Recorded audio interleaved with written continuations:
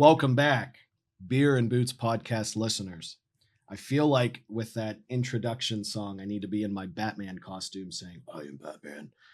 Because that video and the marketing effort that Phoenix Crane and rebranding that they're doing is top of the line, which kind of gives a segue as to why we showed that video at the beginning of our episode. We have the leaders of Phoenix Crane on this podcast episode. So again, as you know who I am, the Boots part of the podcast, and then Beer part of the podcast is tuning in live. We are excited to have some very special guests on the podcast today. James Johnson and Mike Knott, the Executive Vice President and President of Phoenix Crane. So let's get right into it and have our listeners have some insight of who you guys are today. James, we will start with you. Tell us about yourself and how you got into the space. Hey guys, thanks for having me. Long-time listener, first-time participant. And also, I want to let you guys know I am wearing my Boots and Beer podcast socks today. Beer and Boots. Don't ask me to show them. Beer and Boots. Beer and Boots. Beer's first, obviously. Ladies first, always. My apologies. My name is James Johnson. I'm an executive VP with Phoenix Crane. I've been with the company for collectively about 13 years. And when I say collectively, I did have a pause for about 5 to 6 years where I got picked up from one of my best friends, and he started a pro audio business, and I helped formulate and run and progress that business along for the 5-year tenure that I was there. And Phoenix Crane came knocking at my door with another opportunity, and it just made perfect sense for me. I love the business. I love working with good people, and by the time I hit phase 2 of my tenure with Phoenix Crane, the business has constantly improved itself year after year. And to me, it's all about the team and the people. And I really enjoy who I work with and what direction we're going in. And I'm sure we're going to dig into that a little bit later in the podcast. So I'll save the cool stuff for those moments and let Mike take the mic. Well, before Mike switches over, you left something out about your backstory that might be a little self-explanatory for our viewers, but did you do anything? Maybe that was intentional then. Maybe that was intentional. Yeah. Did you do anything in college? Oh, yeah. I studied finance and information systems. I double majored in 4.5 years. No big deal. Next question, please. Mr. Johnson was also the Georgia Bulldog mascot. For those of you that did not know. So yes, the cat is out of the bag. Well, the dog's out of the bag, Cameron. Poor choice of words. Now, as you mentioned Batman already, mascots are sworn to secrecy. Now, if you ask me 3 times, I will let all the secrets spill over like we just did here. But yeah, I was a mascot for about 2.5 years. And I was a part of the athletic association with UGA, so I get invited to the same events as greats such as Herschel Walker, David Pollock.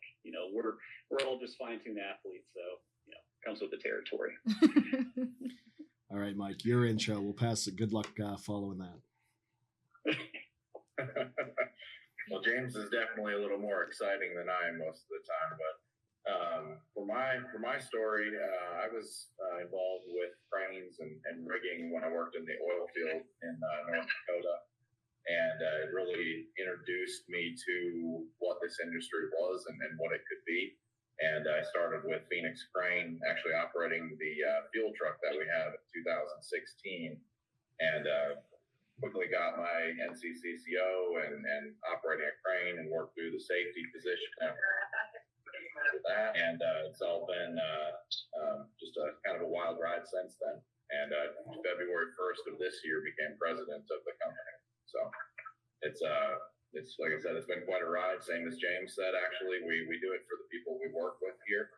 James is an awesome person to work with, and so he. So from fuel truck to corner office in 8 years, Mike, that is very impressive, as well as I believe it's going to be a very motivational story for our viewers in the industry to know about. Not to toot your own black hat over there, but yeah, let's keep diving into it. Yeah, and I think, James, you got a little bit into this, and I know, now that we know the backstory of you both, we would love for our listeners to know more about Phoenix Crane Service. What are you guys looking to accomplish over, the next 3 to 5 years, and how are you going to do it? Yeah, I think I know Mike can jump into this as well, but to us, it's telling the story to our customers, existing and new. We got to redevelop ourselves and redevelop our brand. And I would say that this year has been a very influential year to start that process. We have to establish identity because there's a lot of crane companies out in the U.S. and especially out in Georgia, where our competition is growing each and every year. So what's going to distinguish us from that competition, right? And the stuff that we do, it's dangerous. And it's very pivotal for the execution of a project to be successful or unsuccessful. So our focus is strictly put out the very best product that we possibly can with our team, okay? That would establish a lot of things. Trust, right? And aside from trust, it would also establish a way for us to think proactively moving forward, right? Proactively in terms of how we can expand our current market, right? Our services. Yes, we're crane rental as a primary focus, but we do so much more than just that. I think increasing our footprint with all aspects of construction and project management is going to help us succeed and help us get out in front of more customers, right? And out in front of additional markets that we've never even thought of, right? We want to be a destination for people to call and get our services to. The same thing we talk about with employees, right? We also have to be a destination for employees that are currently here and for employees in the future, right? Because our single most valuable asset are the employees, right?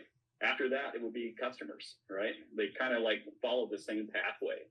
So we got to establish the brand, the identity, and then the breadcrumbs for us to be successful and execute everything that we lay out for our people. So to me, it's customers, it's employees, and then the markets and the execution follows after that. To piggyback off of what James was stating with the rebranding and restructuring of our company, it's been a huge push for us this year in 2024. At the end of 2023, we started the rebranding project, and we're nearly complete with that. We have a new website up, new apparel out, a lot of social media marketing going out, and trying to make sure that our brand is in tune with the current needs of the customer and the marketplace. So we focus significantly on the service aspect and the solution aspect of our industry. We actually had a DBA, Phoenix Crane Rental, and we went back to our legal name of Phoenix Crane Service because, again, that's what we provide. So solutions have been our number one promotion. When a customer calls us for a problem, we aim to provide a solution, whether it's crane rental, storage, project management, hauling, rigging, any number of services that we can either complete ourselves or subcontract to get done for the customer. But again, our big push has been solutions. We want to take every project that we can and look at it all from a different perspective and make sure that we're there to build the partnerships and provide the high quality service that customers need these days. Yeah, and that's 100%. The customers need it. And once you establish that trust and that action that follows through with that, they're yours for life. And if you can solve whatever riddle that they need you to solve, they'll be your customers forever. Yeah, and to segue off of the backstory with Phoenix Crane and what's going on, you're adding some new cranes to the fleet, as well as I believe you have some newer cranes that'll be hitting the U.S. soon. Do you want to give some insight on the cranes that are being added? Well, I figured you might ask that question, Cameron. So I actually prepared a little bit of information for you. We have officially received what our equipment number P146, so that's 146 cranes into our adventure. We currently have 55 active cranes. We have 12 flatbed bed trucks, 23 tractors, 3 heavy haul tractors, and 42 trailers. That's not counting all the hundreds of support vehicles and pieces of equipment that we have in the fleet. But one of the most exciting things this year has been our entry into the crawler crane market. And then to complete the year, we are actually one of the few companies that will be acquiring the Liebherr mobile tower cranes. And we should be the only one in the Atlanta market. So they are a massive game changer, as we like to advertise it as well. Their capabilities are incredible, and they've not been in the U.S. So this is going to be a fun adventure at the end of this year to get those up and running. That's awesome. And just seeing how the fleet and how the company has changed since we started working together back in 2019, it's very exciting, especially with you taking the realm, James being more involved. It's been awesome. So let's get to the second question. What do you believe are current industry hurdles for crane companies? James, you want to take it to start? Yeah, I'll start off with this one. I think technology and systems is a big one. I think a lot of times in construction in general, I think this industry is slow to be adaptive to new technologies and systems, right? From my perspective of when I left Phoenix Crane first phase, and then when I got back in, a lot of it was just phone call heavy, phone based, right?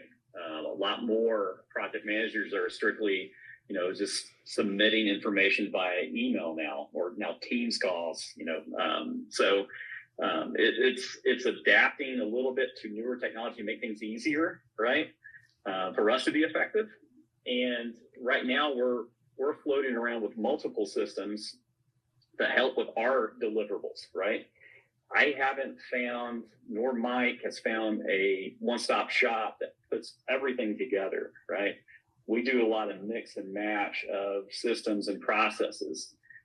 We're working with a couple of companies right now to try to make our life easier with that, because it's all about the data and the information that stems from it. Most all industries use data for actionable, functions with people, right? And I think the better we can get with that, the better company we will be. Everyone has great instincts with our company, and I think a lot of crane rental companies in general, people have really great instincts. But when you apply analytics on top of that, you're really redefining your growth potential once you put those two layers on top of one another. And we're really looking to make some strides in the coming year.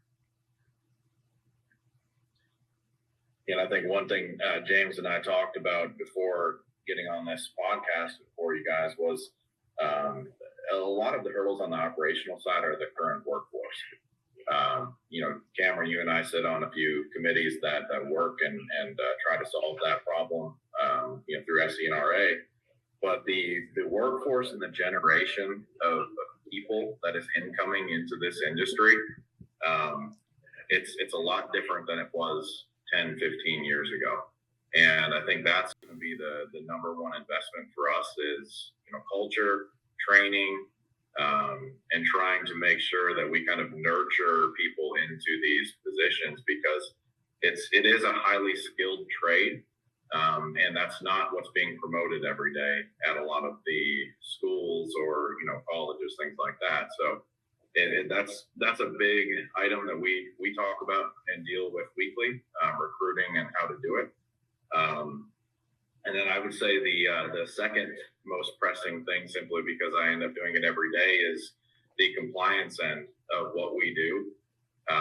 It's getting hard to actually run a successful business with the compliance that is put in place. Contract reviews. I mean, we're doing a 1-hour contract review to do a 10-minute job.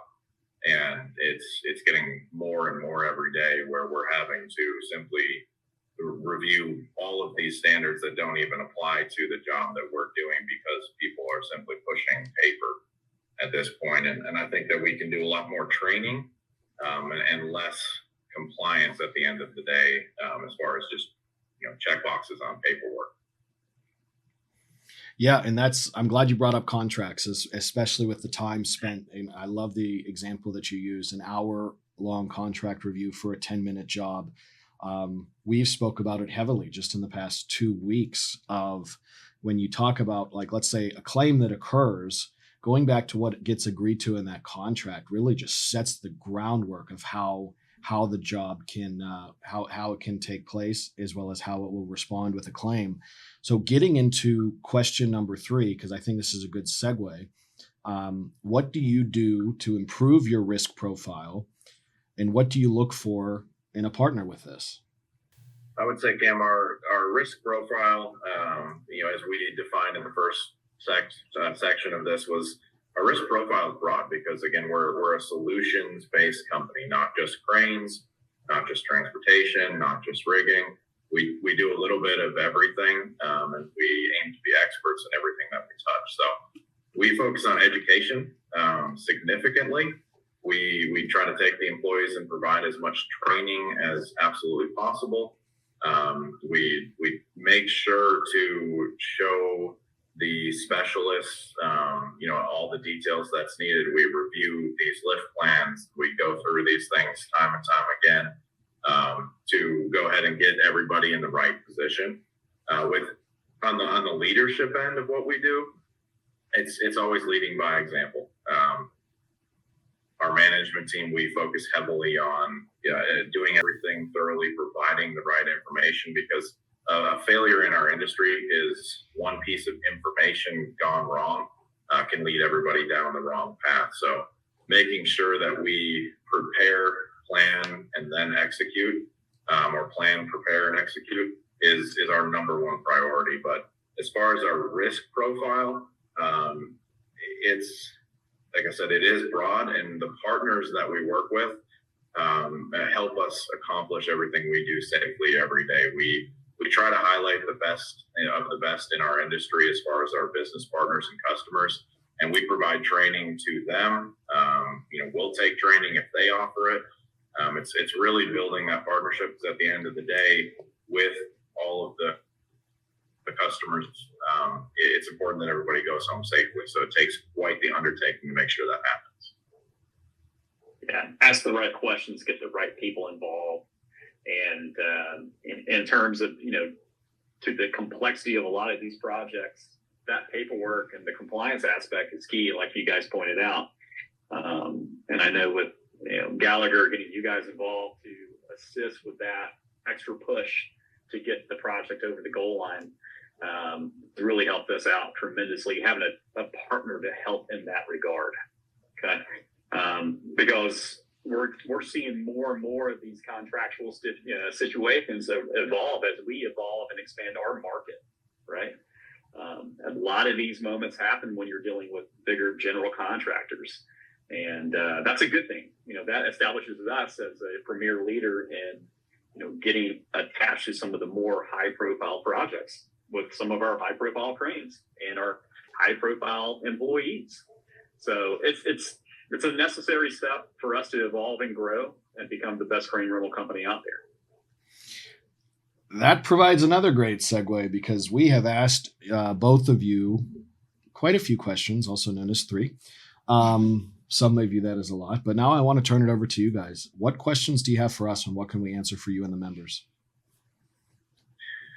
Well, I know, Cam, one thing you and I have talked about over the years is,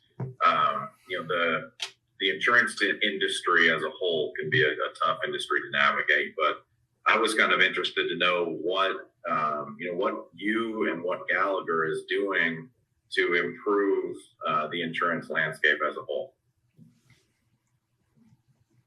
My seat's getting a little warm here in a hot seat, but great question, Mike. And this is something you see with obviously, of what's going on in the crane insurance marketplace right now.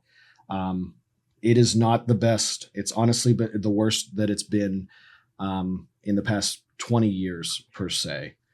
So we always look to how do we improve our customer experience, as well as how are we going back to what this podcast is built off of, as well as what our team is based off of, providing the answers to the questions not asked yet. I would say the one shining light of this current marketplace for crane companies is what it has done specifically with our mindset. It is forcing us to be better. It is forcing our entire team to be better. It really boils down to communication, delivery, and setting the proper expectations. So you're going to see, we have podcast episodes with other crane insurance programs that are being based, that are going to be published here. And what we really focused on was, okay, there's a lot that you're delivering for crane companies. You have crane specific coverage, but boiling back down to the communication of what's going on. Getting a renewal the day before of 20% is not feasible for crane companies. If it's going to be 20%, and we know it's going to be 20%, let's hear about that 90 to 120 days out. Because when it's your top 3 expenses, hearing the day before something is due that it is going up by 20%, it's not feasible, and it's not honestly the right thing to do for the industry. What are we doing specifically for not only our crane companies, but also the insurance landscape? Going back to what you do with your team, and kind of your core competencies, training, getting, let's say, these underwriters and these claims people with these carriers up to speed with putting it in the expectation of, this is what the crane company is saying, this is what they need, and this is the outcome that we need. It's not easy. I especially when the insurance company aren't our employees, etc. So, for example, when you have adjusters, claims adjusters, and I'm sure I know you guys have seen this the past 4 years, the claims industry with insurance carriers it has gotten completely pummeled since COVID. What I mean by that is you've seen 2 or 3 adjusters on one claim because one leaves and another one comes in. And now that's somebody that you need to catch up to speed and catch up to pace. Why that is it is not an easy job. And they're usually the one always delivering bad news. And then once they get good at what they're doing, honestly, they get promoted or they get hired by Gallagher. And it does make things different. That's not our fault. We're just trying to get good people. But it is setting the expectation is what we're really focusing on with these carriers, just so we can get that out in front of our clients a lot faster and a lot sooner. So on the pro, obviously, Gallagher and your team is on the proactive end of everything. How do you think we can start getting the actual insurance companies to agree when we all know policy reform needs to happen, tort reform needs to happen? It seems like you're kind of our knight in shining armor, fighting everything, but we really need the insurance companies to get on board and help us, stay in business and grow our business. At the end of the day, we don't need insurance if we're out of business. Yeah. Great question. Number one, I think the easiest way to attack this, we have a lot of insurance carriers and crane insurance programs that attend the SCNRA shows. They give presentations every single show. A lot of it's about nuclear verdicts. A lot of it's about utilizing cameras. I think the questions need to be getting a more direct in regards to them giving the answers for this. So I think that is a great platform because it's not just going to be you asking those questions. You're going to be surrounded by your peers as crane owners and crane companies addressing this, because there is stuff on the back end that needs to be made more clear of why something is the way that it is. For example, an insurance carrier not accepting a driver under the age of 25. Something that comes up very often, and there's not necessarily an understanding from a crane company as to why that is. You can look at it and say, well, they're saying that the performance of a driver under the age of 25 isn't as great as a driver over the age of 25, and we want to reduce that exposure. A really clear answer, it's not the carrier necessarily saying that that's their opinion. They're probably tied to a reinsurance treaty. So when they were given the capacity to write premium, that reinsurance company said, here's your $100 million of capacity to write premium with. oh, and to do this, there can't be a driver under the age of 25. So that just needs to be made more clear. Is it unfortunate? Yes.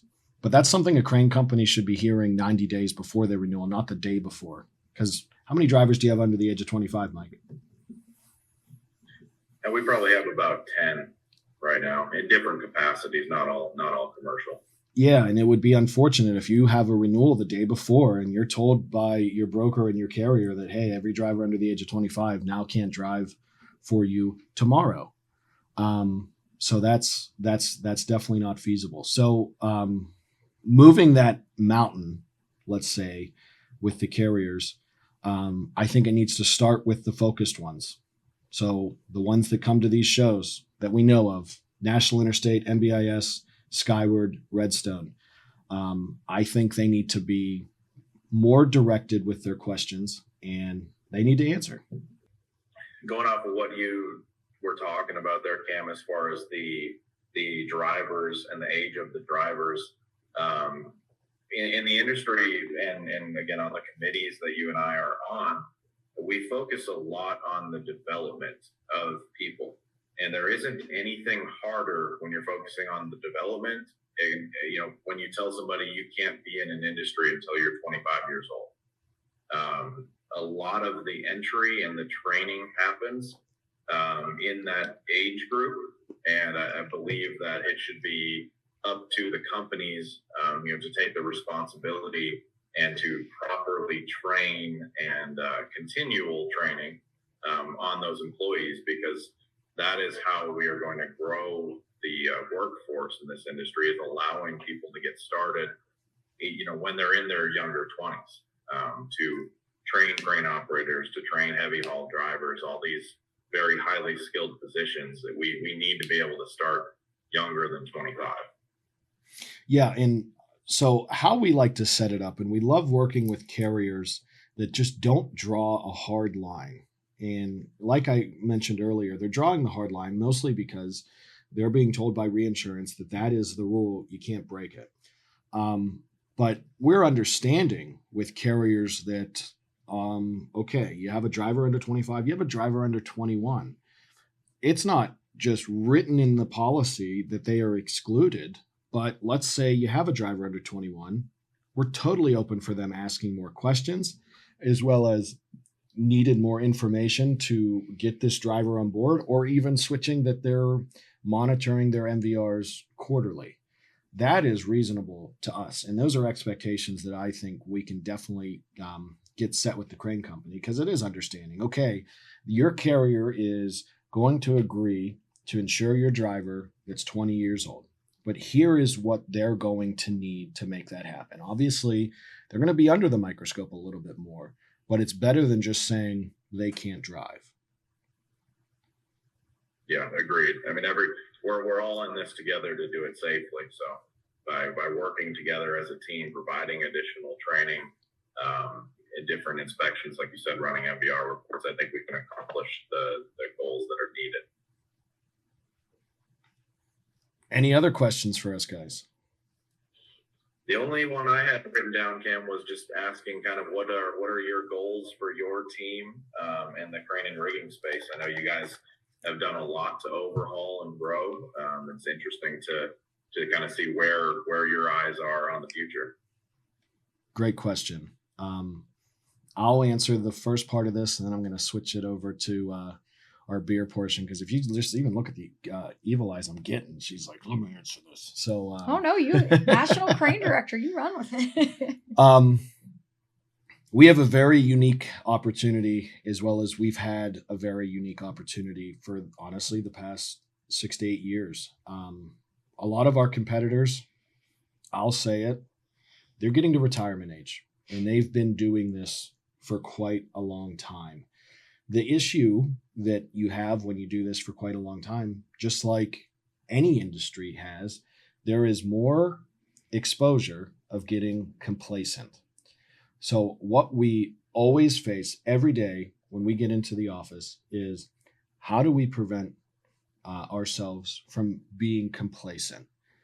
Because the past 3 to 4 years, we have brought on a significant amount of crane companies to our team. We have Our premiums have, I mean, just within the crane space right now, we are over 40 million of premium. Client wise, we're 270. We don't want to just get to that point where we're the ones at the top of the hill. We can kick it up, put our feet up.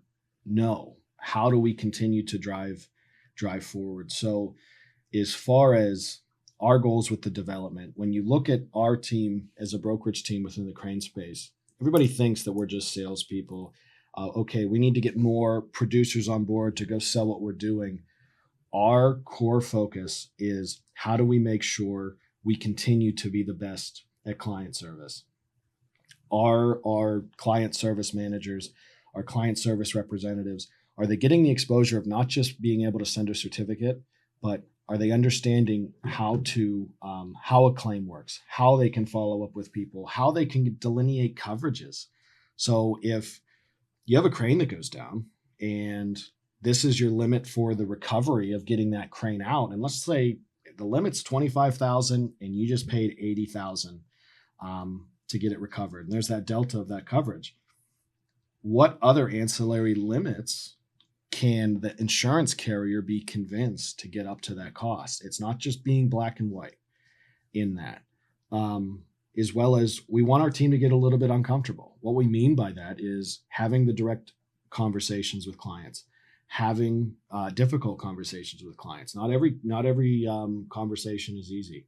So obviously I'm going to get to a point where I either lose my hair, I hope I don't, it gets gray or whatever, but I never want to be to the point where, okay, Landon and I are getting into our 50s and 60s and we don't have that team built under us to take the flag and move it forward. That's a bold sentence. Landon in her 50s. I don't like it. Yeah. But no, just to what Cam said, I agree with that. And I think a big thing is just doing things different than how it's been done before. And this podcast, for example, we have been able to reach new clients and provide new insight to the industry in a way that no one has done before. You know, maybe some people are trying, but I think that's been the most exciting thing. And for myself and how I believe I've helped the team grow is moving across the country. I've been able to, access a lot of new clientele out there. Cam and I, we work together on a lot of deals depending on where they are located in the country. So just being open to new ideas and the best way that we can service our clients and be forward facing, I think helps us evolve and grow every day. Perfect. Is that all, gentlemen? That's all I have for you. Well, guys, thank you very much. We understand that with what you're doing and what your company faces every day, that taking an hour out of the day to jump on this podcast is not easy. So we really appreciate you guys taking the time.